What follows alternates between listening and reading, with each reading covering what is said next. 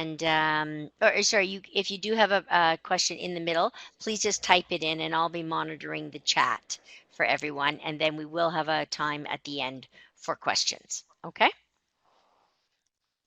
Okay. All right, sounds good. Thanks for the introduction, Allison. And thanks everybody for joining us for using technology to drive your workplace improvement process. My name is Josiah Allen. I am a senior consultant with HumanTech. I've been here for about 5 years now, and I went to school. I'm Canadian, as is Christy, and I went to school at the University of Waterloo. And we're Josiah and I are going to be talking a lot today about technology and what's changed in the last 10 years. I've been at HumanTech for 13 of those years, and I guess I'm considered the past portion of things, and Josiah's the present portion. So he'll be talking about the technology, and I'll be talking about how things used to be back in my day when I was a consultant. And I've been at HumanTech, like I said, for 13 years. My undergrad was at Dalhousie, and my master's was in Kingston at Queen's. So we're glad to be here today. And like Allison said, if you have any questions, feel free to type them in, and we'll try and get to all those at the end. And like Allison said, so we're from HumanTech, and she kind of alluded to us being a part of a bigger whole. We recently joined the Velocity EHS team, and Velocity, they're based out of Chicago. They've got a whole whack of stuff related to health and safety, chemical management. So we're happy to be on board with them and part of that family now. So the agenda for our time together, we split it up into learn, do, and manage, talking about learning. So what we really want to focus on when it comes to learning is the instructor versus the flipped classroom, and how adults learn, and how we can work using kind of newer methods to make sure that when we do train adults in the workplace, that it's going to stick. Then we're going to talk about actually completing assessments, and whether they're manual or computer assisted assessments, whether you're storing them locally or online, and kind of the benefits of each of those situations. And then we're going to move on to manage, which is actually involving employees, making it a sustainable process, and being able to both prioritize improvements as well as track metrics. Now, everything we're looking at today, we're looking at a framework from ergonomics, but most of the things that we're going to talk about can be applied outside of ergonomics and be leveraged in really any aspect of the industry. So like I said, we're going to talk about training, look at actually identifying and assessing MSD risk factors, and then from the assessments, identifying direct causes and how that can be beneficial to us, employee feedback, and also the risk reduction and how we can really make sure that we can use the advancements over the past 10, 15, 20 years to really help make sure that we can make the most of all these aspects. It seems that the sound is going in and out a bit, but I think it's on your end. Are you using, I think it's because we're going through the sound through the thing. I'm just getting a lot of people saying that sound is in and out, and on mine, your voice is going in and out also. I don't know if there's only one mic maybe going between you and Christy. It's just because it's just the going through voice over IP versus the landline, I think. Okay. All right. Well, we'll try and get as close to the computer as possible moving forward. All right, thank you. Sorry for the interruption. Okay.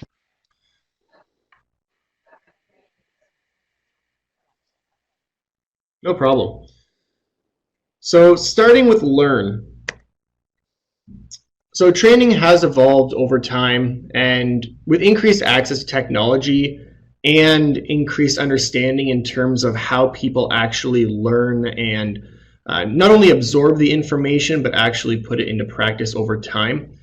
We want to really take advantage of that and move from the old school when you're in elementary or high school and you have a teacher that's basically telling you what's what, We want to move from that into self-driven learning that we can utilize computers, tablets, phones, and really take bite-sized chunks out of that learning when and where it's convenient for us, while also finding ways to structure the training in those smaller, more easily digestible chunks. And combined with that, actually putting into practice the research that's been done that says, just hearing it once, that doesn't cut it. Especially when it comes to the way that adults learn, we want to make sure that we're actually giving them a chance to both share that knowledge themselves as well as put it into practice. I know from my experience just studying, like think about something that we've probably all done on the phone, studying for the CPE or any kind of test, whether, becoming a certified safety professional. The way that I used to have to study for that and the way I, would have to learn, it would be read things in a textbook and it was just text on a page and that's it. And for me, that requires reading it over and over again for it to really, a difficult concept to stick. Now you have such easy digestible formats that might have, video or someone showing you a concept that can be applied in industry. And so that kind of thing is just it's much easier to retain that information and then be able to use it in your day-to-day. So that's how things have changed pretty significantly, and obviously makes learning for adults a lot easier. Before we move on, is the audio quality improving at all, or is it still pretty choppy? So it was pretty good when you were talking there, and then when Christy talked, we got in and out on Christy's one. So it's still pretty choppy. So I'm gonna definitely make the recommendation that we have hard phone lines for the future. I think you were good there for a little bit. So whatever you were doing, kind of maybe close to the microphone, maybe that's part of it, or a headset. I don't know if you have one of those that you can plug in. But I will, I'll keep monitoring it, okay? Okay, thank you. So a couple things here. Number one, that when it does come to classroom-based instructor-led training, U.S. companies are finding that that's becoming less and less pertinent and less and less applicable to them. And those types of trainings have actually dropped below 50%. And there's a big rise when it comes to virtual classrooms and actually self-driven, self-paced studying. Now, that being said, there are different qualities when it comes to, or levels of quality when it comes to trainings. And even if you have a great designed online-based training that allows people to consume it in the way that they find best, it's still only effective about 20% of the time, which that goes to show that you could have the best e-learnings out there or the best online trainings, but that in and of itself isn't quite going to cut it.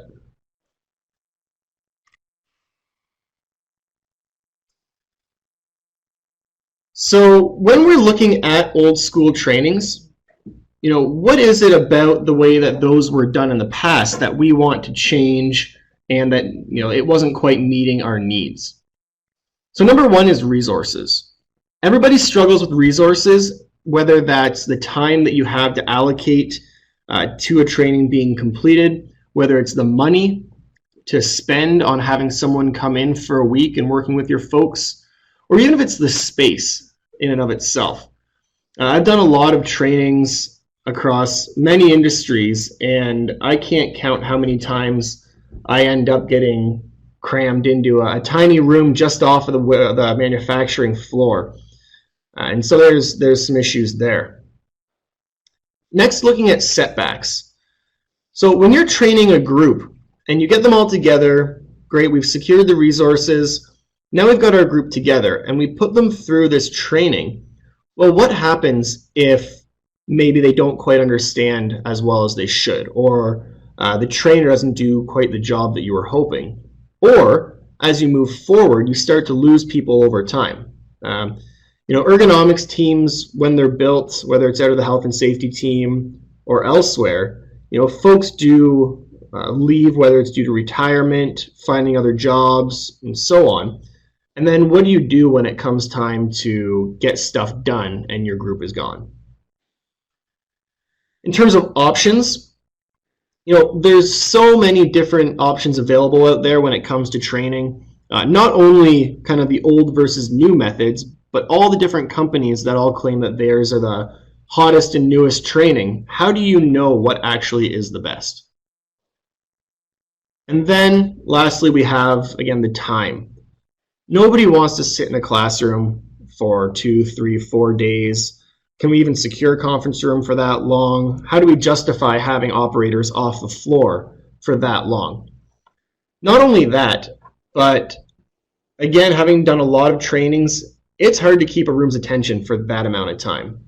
You get half an hour in, you start to see people's eyes glaze over and they start to droop in their chair a little bit.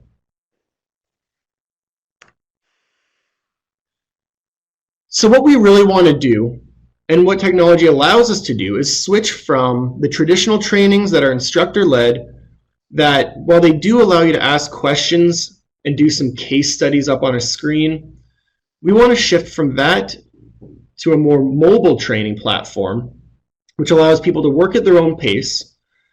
You can have little checkpoints throughout the training to make sure that people are engaged and not just watching Netflix in another window.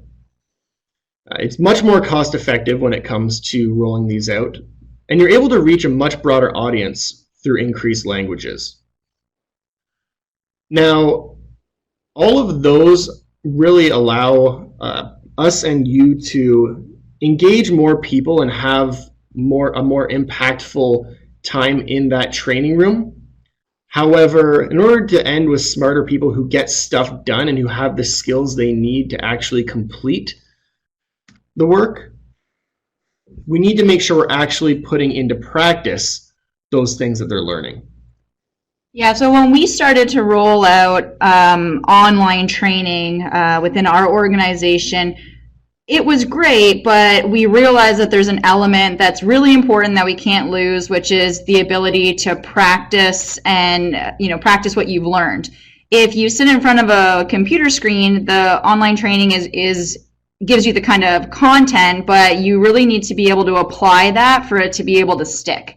So coupling online training with some sort of hands-on activity, whether it's an assignment that someone has to do, and then they come back to fill in a questionnaire or a test, or having some kind of on-site workshop where you can, get out with your measuring tape or your assessment tools that you've learned about and try them in your real setting. That's where you start to see that knowledge be retained over a longer period of time. And what that really is going to show is that, when we look at the 7-20-10 breakdown here, only 10% of that is actually that formal training. As I mentioned a few slides ago, even the best e-learnings, there's only about a 20% retention when you go through that.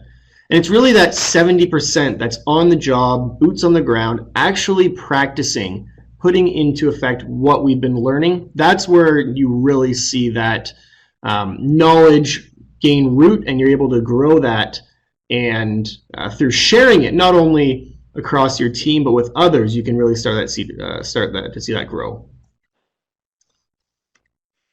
And it makes sense, right? If you look in your own life, how you like to consume your own training, it again makes sense, right? Do you prefer to sit in a classroom and have someone lecture at you, or do you prefer bite-sized chunks?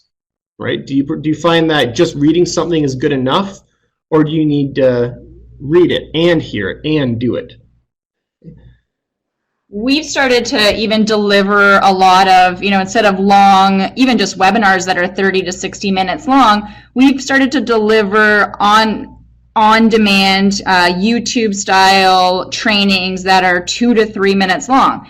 And we'll take research studies that are pretty extensive and can be sometimes difficult to understand, and pare those down to 1-2 minutes that people can really just watch the bottom line of that. So what is the key takeaway from this information? We'll do all the legwork for you. People just want the headers, and they just want to know, what are the highlights and what's going to be important for me to apply to my job.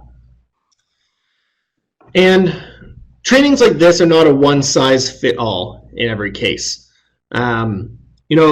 Along the left, you can see there's a bunch of different places you can get, and I'm sure many of you have been to these websites, or at the very bottom, even something as fun as Storybots to learn, hey, how does weather work and whatnot. But think about it. You want to learn how to cook a new recipe. You're heading to YouTube to find a video. When I was studying for my CPE, textbooks were great, but I can't count the amount of YouTube videos I watched to really help me understand and hone those skills that I need. Which is lucky for you, because when I was studying for my CPE, YouTube wasn't even a thing that I could go to help me with my stats studying. So that made it a little bit easier, hopefully, for you. When you're developing online training, or when you're choosing online training to deliver within your organization, it is really important to have really well-designed online training. That it's not just good enough to give someone training with content and then that's it. You need to make sure that it's not just text on a screen, that there are a lot of visuals, photos, and videos that are showing different environments and different ways to digest that information. And you also want to make sure that it's going to be really interactive. Just having someone be able to click next, next, next is not going to be beneficial. You want to make sure that they have to do something that they're told to do on the screen, because that makes sure that they're going to continue to be engaged. You want to make sure that you can come back to it and bookmark and allow people to digest it whenever they want in small chunks, and check in with them to confirm that they're retaining that information.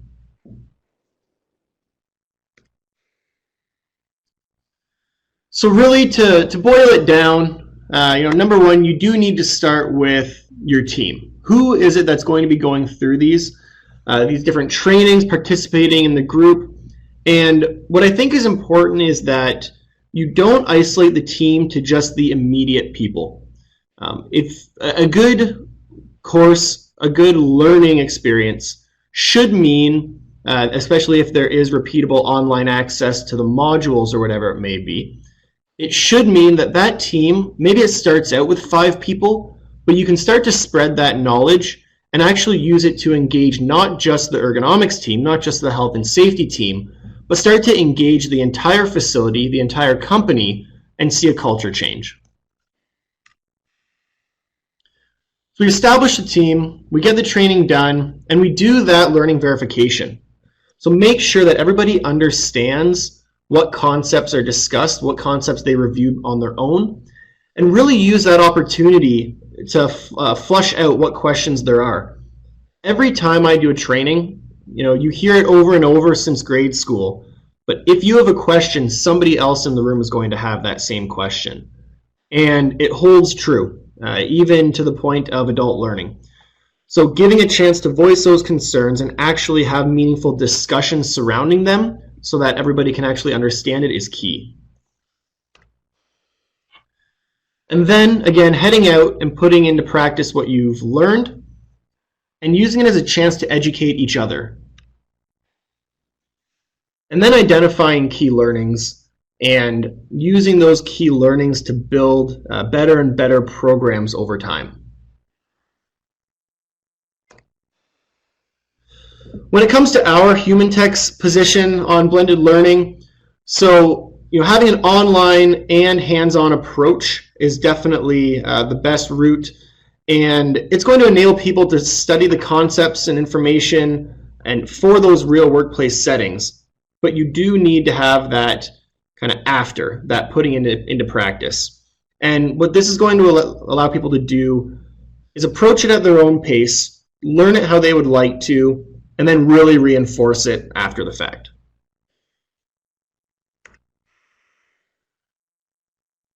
So now moving on to do.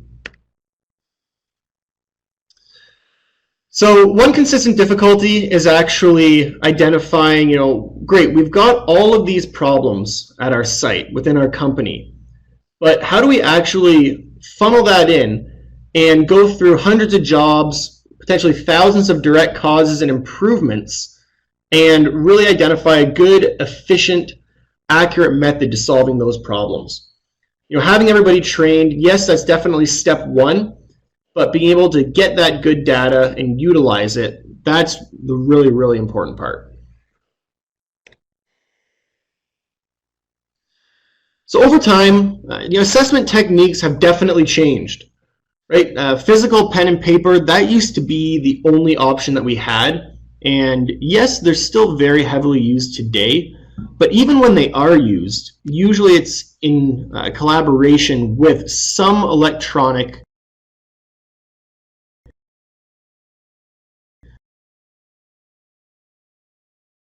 device, whether it's taking a video, we have EMG, so on and so forth.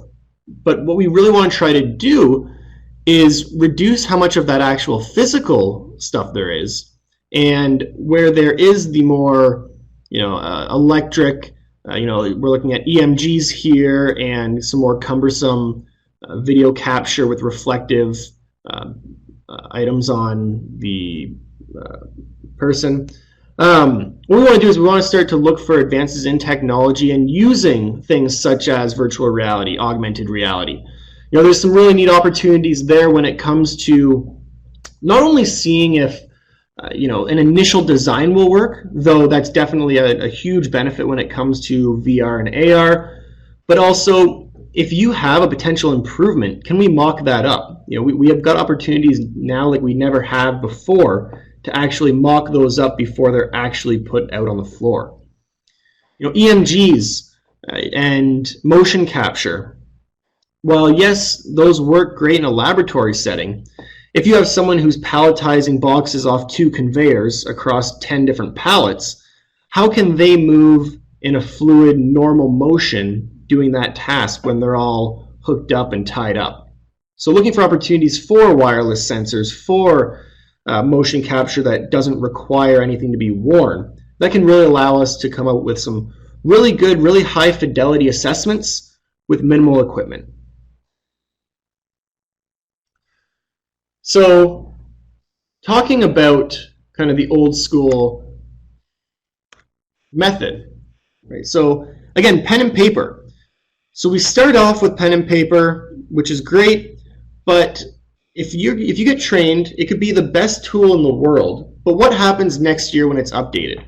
What happens in 5 years when the research is no longer valid?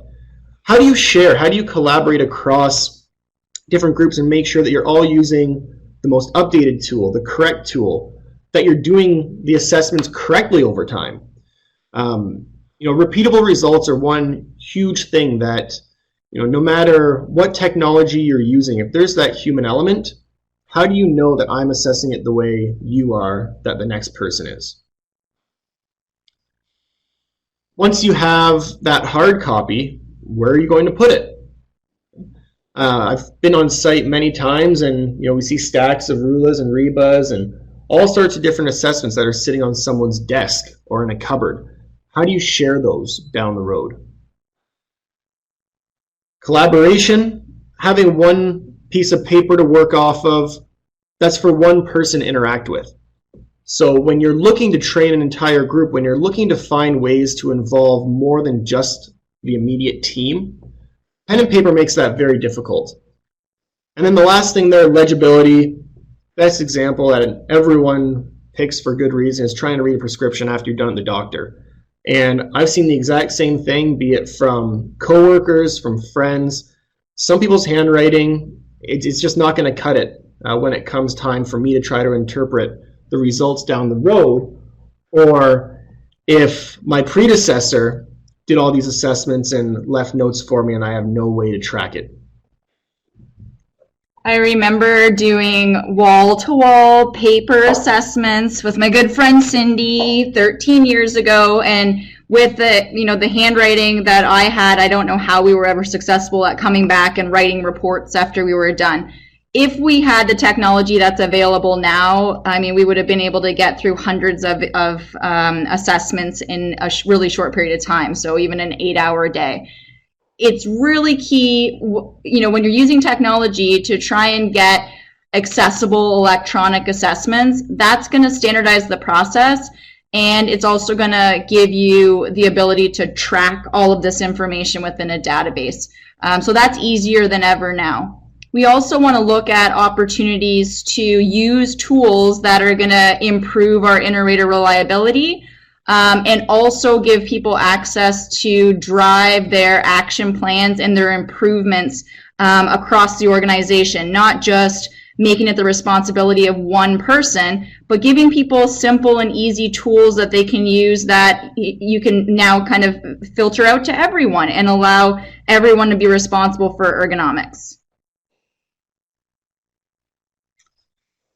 So that kind of brings us to the next generation is, well, what if it's more of a hands-off process for the assessor and we're relying on something a whole lot smarter, a whole lot faster, a whole lot easier to do those assessments? So computer-assisted assessments, they're going to address all those things. You can get faster results in terms of, hey, where do our risk factors lie and what's causing them? A whole lot more accurate. It's going to be easier. You don't need to have super in-depth training, and the equipment is minimal. And what that's going to allow us to do is, first of all, it's going to allow us to get a lot more assessments done. By reducing the time it takes to actually complete assessments, we're able to build up a list of, hey, where are our gaps? What issues are we seeing? And that can be done through, a lot easier, those online courses, those quick trainings that look at, hey, work at your own pace, and then we're going to really reinforce how that's done. And what's more is we can, since we've minimized the assessment time, we can maximize the improvement time. In terms of accuracy, if we remove that human error component, then there's not going to be any variation across assessors. And we know that we're getting accurate, repeatable results. And again, if we can minimize that equipment that's required, then it's going to enable anyone to do it. And we can start to see not only now are we getting better results, but more people are being involved. And again, we can start to look at that culture change.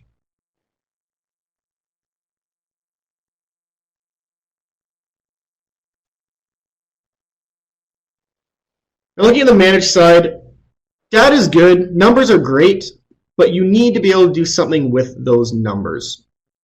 If you've got reports stuck in a drawer that nobody can access, it's not good for anybody. If you can't interpret what the results are, it's not going to be helpful. So we want to be able to use the technology we have to do that. So what that means is moving from those old file folders stuck in a filing cabinet that if a plant down the road has the same issue, they don't know what jobs you've assessed. We don't know where the job assessments are. And for that matter, what happens if whoever's responsible for these assessments and files leaves? I had one client that I was working with, and their predecessor had done hundreds of assessments. And those assessments actually had good action items that they were working through. However, when he was cleaning out his cupboards, the binder that had all of that information in it got swept into the bucket of things to be shredded. And so they were left back at 0 assessments at the end of all that, only because they didn't have a good system for storing those.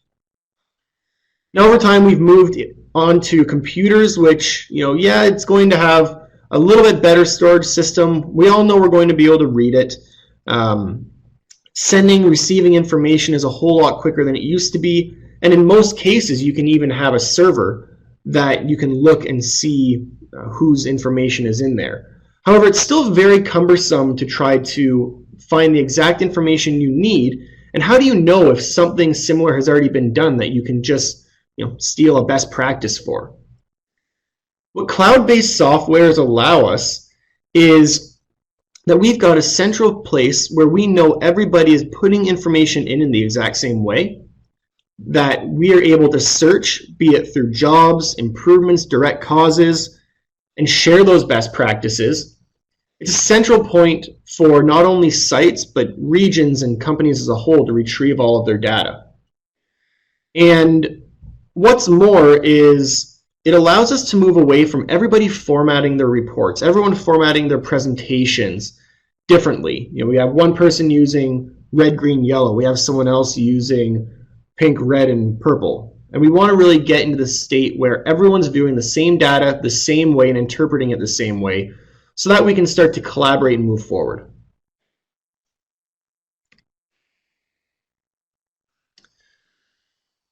As it comes to moving forward, I've mentioned a few times how we want this to be more of a culture shift, and engaging the employees is key in that. One big thing that we want in any job improvement process is receiving employee feedback, be it discomfort or potential ideas that they have for those improvements. That's something that's collected in almost every situation, but seldom is it actually stored in an easy to retrieve way. A lot of times it's read, sorted into piles. Hey, we can do this, maybe we can do this, these are off the board. But how do you know down the road what's already been recommended, and how do you track trends over time? In addition to that, when you do have that turnover, when you do have new folks coming in, we do want that base level of knowledge to be high, and how do we track that? So by having a central online system, we're able to do that. Ergonomics is never it's hardly ever someone's full-time job. Usually it's a hat that you wear in addition to the 20 other hats that you wear. So when I hear about companies that are doing one-on-one office assessments, for example, we always try to work with them to look for opportunities to streamline that approach. So empowering employees to take ownership of going through training, doing a self-assessment, and then generating an action plan based on what's going on at their workstation. And then the person that's responsible for ergonomics can do the follow-up and ensure improvements get implemented, but they don't have to take all of the time to travel around and visit every individual, one-on-one at their workstation. They can focus in on where their attention is needed the most. Which leads us into prioritizing jobs. What we don't want to do, and what we see a lot of our clients doing off the get-go, is more or less taking a shotgun blast and hoping that when they have an issue, that when they shoot that shotgun, it's hitting something. It's hitting a target, and it's hitting the nail that's sticking up.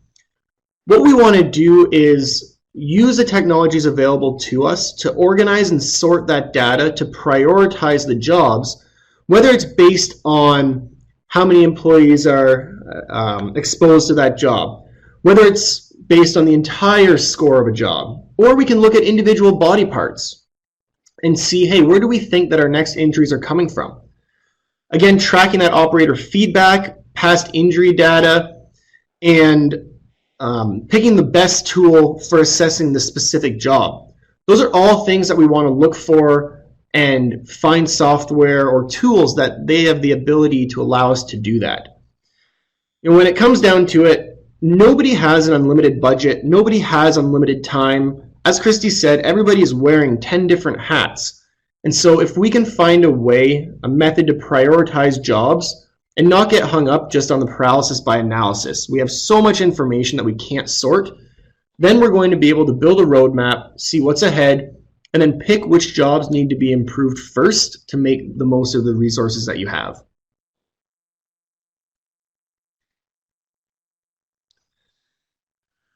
So then when it comes to actually prioritizing the improvements, even when you know which jobs are going to be the highest risk, which jobs you want to improve first, there's so many other things to consider when it comes to picking individual improvements. If you've got only $2,000 to spend for the year, how do you know which the top 4 improvements are that you're going to spend $500 on? Having a central location to find all of your improvements and sort those by the jobs, by how many people are exposed, by the risk factors, is going to allow you to really make sure that when you make an improvement, you're really hitting the nail on the head and you're really solving what you can now, right now, versus saving those things that you may need budget, you may need time, you may need a shutdown for, saving those for down the road. So we can use ease of implementation versus cost. We can use return on investment. We can use, hey, do we have in-house versus out-of-house resources to get this done? But the first thing we need to do is have a place to keep all of that.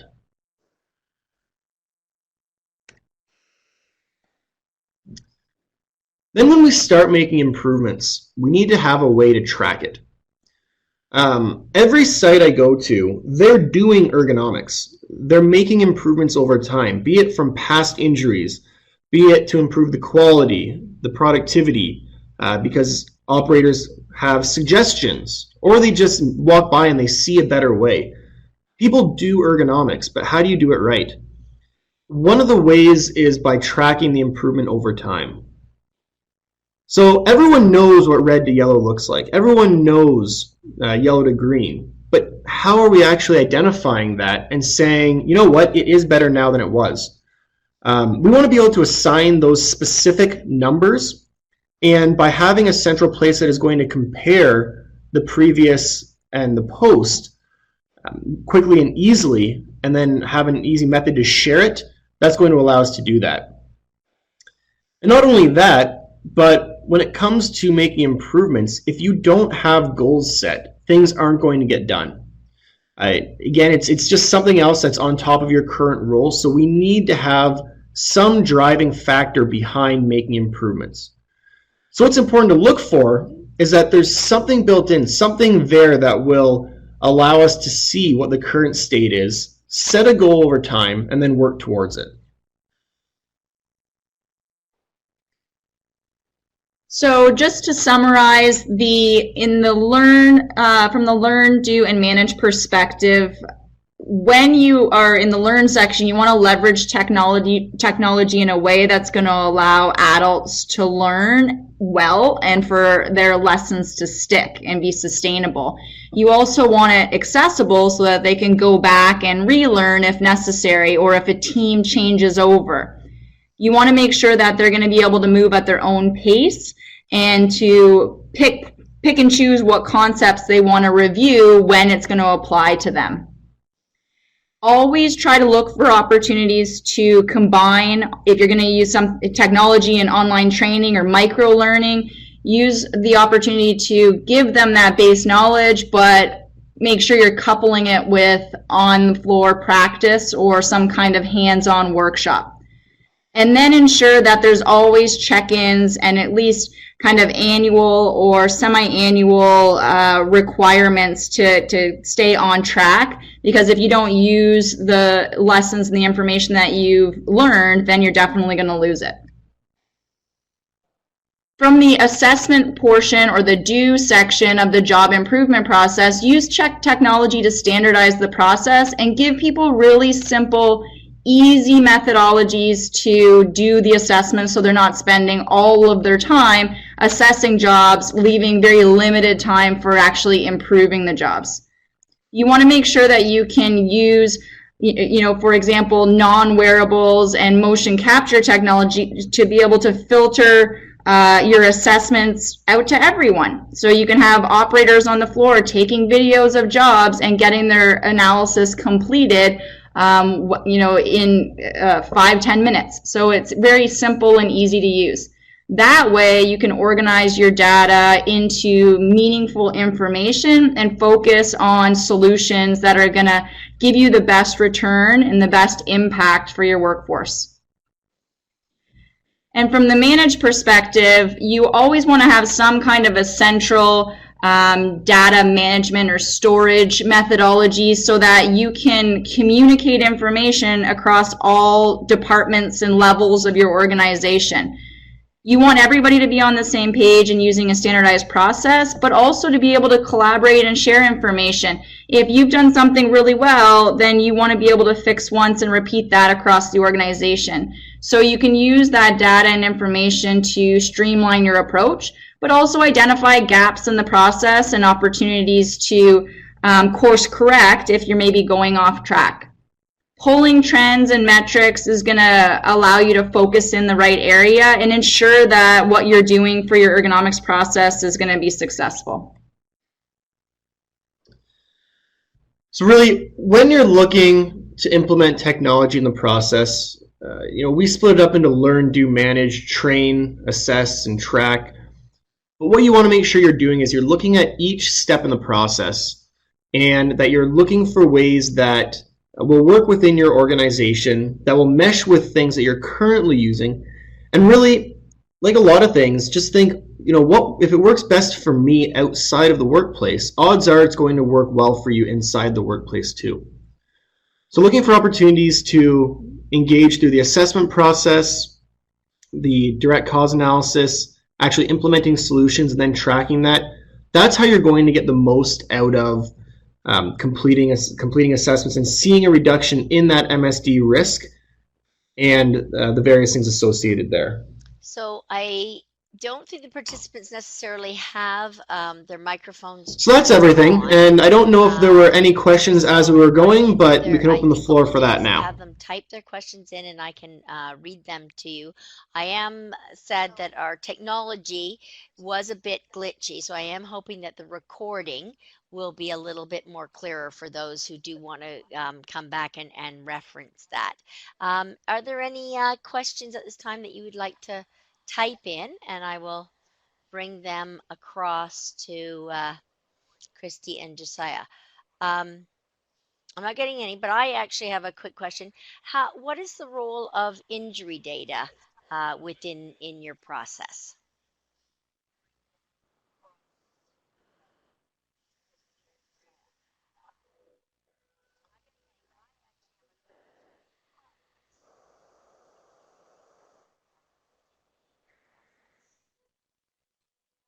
That's a great question. So there are a number of reasons why you're going to want to fix a workstation or, address a workstation. A lot of times people don't have time to assess every single job. So what they use is their injury data to drive their focus. So usually the first reason why people want to do an ergonomic assessment is because an injury's happened. So injury data can be very important because it allows you to, you need to address that if it comes up. So it allows you to prioritize. But there's an element of being proactive, which is also important, understanding discomfort prior to turning to an injury. So injuries, discomfort, and if a job is showing up as red are the three main reasons why you might want to bump a job to the top of the priority list. So tracking your injury records is very important. And most companies have a method to do that. And usually it's a cloud-based storage or a SharePoint storage methodology. Velocity has one, for example, where you're tracking injuries, data about what body part was injured, how long someone was off, how severe it was, and you can look at those trends to give you a starting point for doing your ergonomic assessments for sure, especially if you haven't had anything in place. Oh gosh, I'm trying to read it and it's off the screen. Okay, so I've only got half the question there. Would you suggest in-person training? Sorry, Mike, I get in there, but it's not quite working. Maybe I'll see if I can turn Mike on.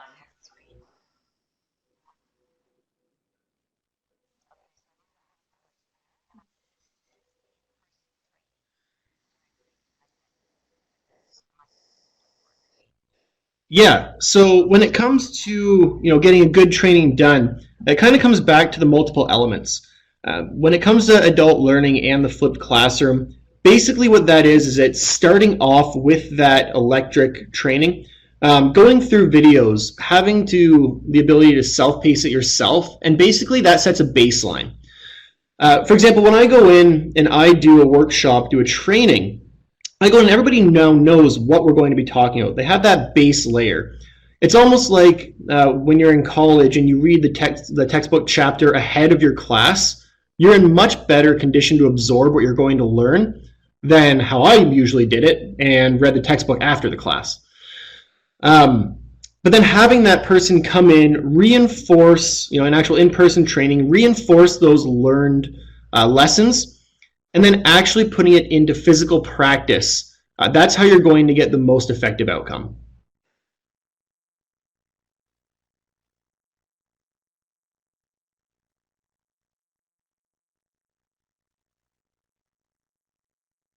Did we lose audio?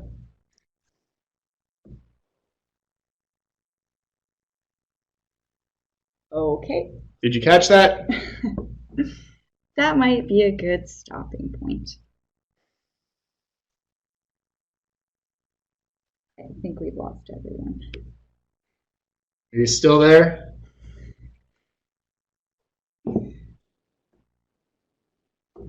All right, and that concludes our webinar for today. If anybody has any questions, Allison has our contact information. We're happy to share answers to questions that you didn't get answers to. Have a great day, everyone.